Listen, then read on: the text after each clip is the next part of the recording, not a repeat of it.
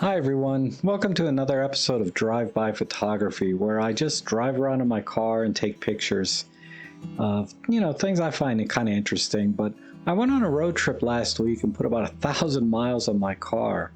And I went through a lot of small towns here in America and farmland. Like this town here is really small. It's called Independence. And as you can see, the population was 947. Doesn't get much smaller than that. I mean, you can drive through this town like in about 2 minutes.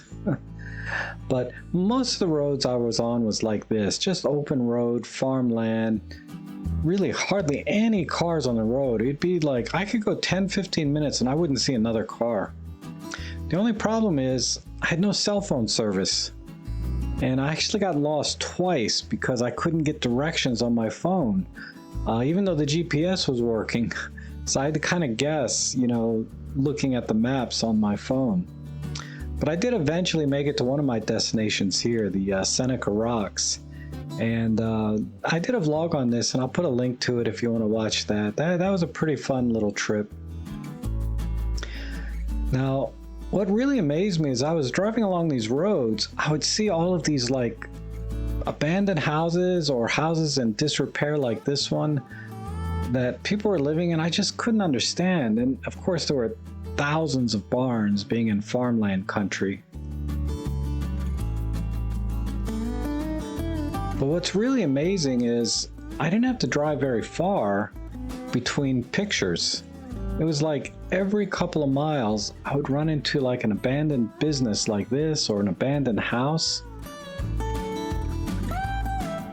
Like right here, there's two right next to each other, actually three, you'll see.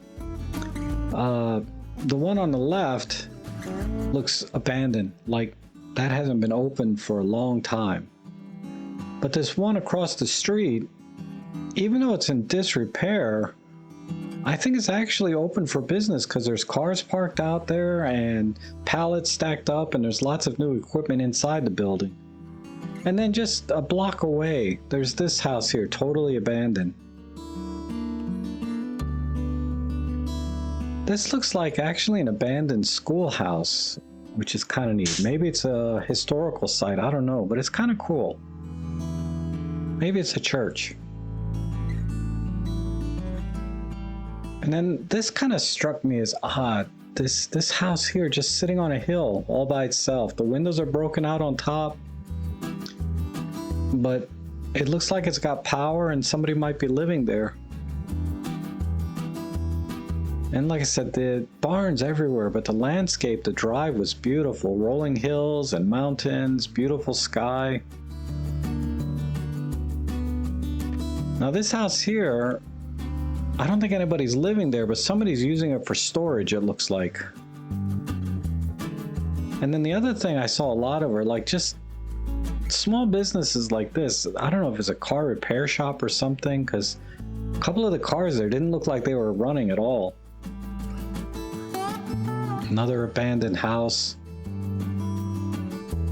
Now what really bugs me is I used to have a car in my backyard with no tags because, I didn't want to pay the registration and insurance, so I just parked it in my backyard.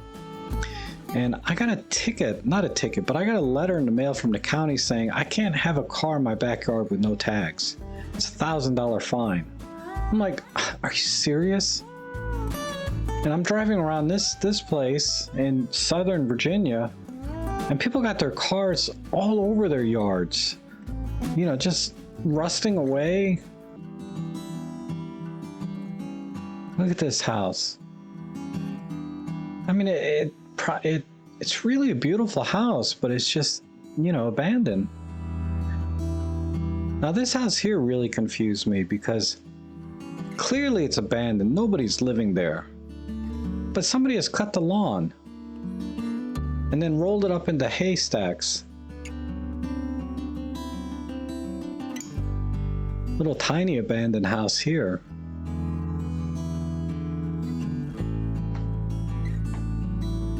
And here's another small town. I really like this little pharmacy here.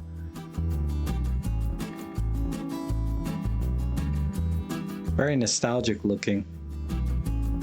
Now this town I believe is called Whiteville. And there's a lot of neat buildings here. I'm going to come back here one day and just walk the streets and take pictures, because like, look at this building over here, this office supply store. It has this giant pencil out front. Now Whiteville, as you can see here, is county in Southwest Virginia, or town, population of 8,000. I pulled these information off Wikipedia. 8,211, not bad. I mean, it's a small town, but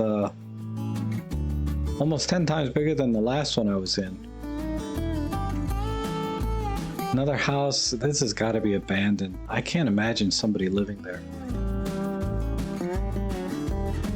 And if you notice, there was a red pickup truck before I took a picture of this.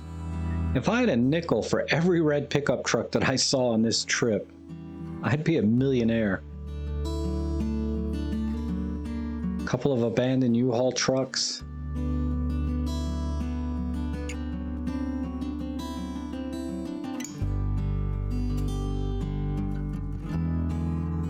Somebody commented on this photo, said it looked like the Alamo.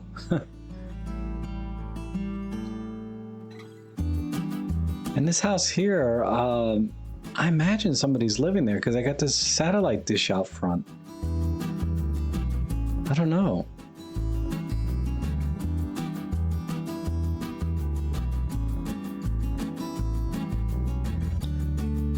All right, and here's one of the last few small towns I went through on my way home. And unfortunately, I couldn't find the name of this place, but it was very small. I was in and out of there in about 2 minutes.